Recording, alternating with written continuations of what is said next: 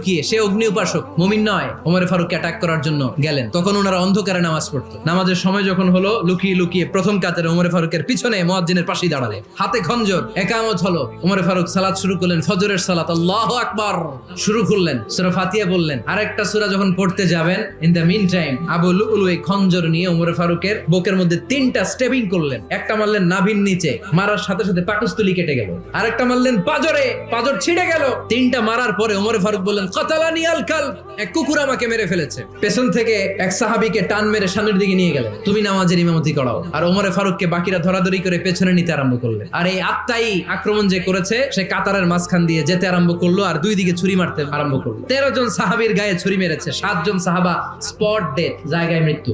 এই ভয়ঙ্কর অবস্থা দেখে এক সাহাবী বুরনুস, এক ধরনের জুব্বা আছে মাথাওয়ালা, অনেকে জ্যাকেট পরছেন না এরকম মাথাওয়ালা, লম্বা জুব্বা আছে, আরবরা শীতে পরে মাথাওয়ালা, এই মাথাওয়ালা জুব্বা বের করে এক সাহাবী জালের